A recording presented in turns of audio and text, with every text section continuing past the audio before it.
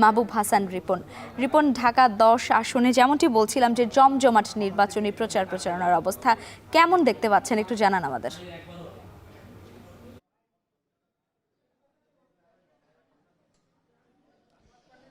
লাইবা, আপনি যেমনটি বলছিলেন ঢাকা 10 আসনে জমজমাট যে প্রচারণা সেটি কিন্তু একদম ঠিক ভোর ফজরের নামাজের পর থেকেই কিন্তু প্রার্থীরা তাদের যে প্রচারণা সেটি শুরু করেছে। এই মুহূর্তে আমি আছি কাঁঠাল বাগান, এটি হচ্ছে গ্রিন রোড এলাকায়।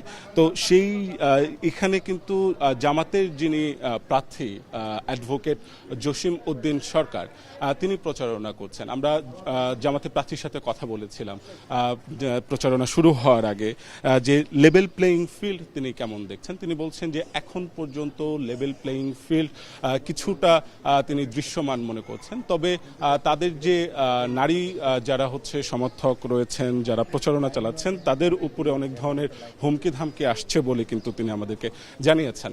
তো এর বাইরে তিনি আসলে সার্বিকভাবে ঢাকাতেই জামাতের যে সকল নারী কর্মীরা ভোটের জন্য যাচ্ছেন, তারা বিভিন্ন জায়গায় আক্রমণের শিকার হয়েছেন সেটি নিয়ে কিন্তু মন্তব্য করেছেন, এবং সেই জায়গা থেকে তিনি বলার চেষ্টা করেছেন যে এই ধরনের ঘটনা লেভেল প্লেয়িং ফিল্ড এবং নির্বাচনী যে পরিবেশ, সেই পরিবেশকে কিন্তু সার্বিকভাবে বাধাগ্রস্ত করে। এই বিষয়গুলো নিয়ে তিনি বলেছেন। এছাড়া তিনি মনে করেন যে বর্তমানে নির্বাচনের যে পরিবেশ রয়েছে সেই পরিবেশে তারা মনে করছেন যে এটি যদি চলমান থাকে তাহলে জনগণের কাছ থেকে তারা যে প্রত্যাশাটা বা জনগণের কাছ থেকে যে সাড়াটা পাচ্ছেন সেই অনুযায়ী তারা ভালো করবেন বলেও প্রত্যাশা করছেন। আপনি জানেন যে ঢাকা 10 আসন এটি কিন্তু ঢাকা রাজধানীর একটি অন্যতম আসন, কারণ এখানে হাজারীবাগ, কলাবাগান এবং ধানমন্ডি এটি নিয়ে কিন্তু একটি বৃহৎ আসন। কাজেই এই আসনে জনগণের যে প্রত্যাশা, সেই প্রত্যাশা পূরণের জন্য তাদের যে নির্বাচনী যে অঙ্গীকার, সেই অঙ্গীকার নিয়েও কিন্তু তারা আসলে কথা বলেছেন প্রার্থীরা।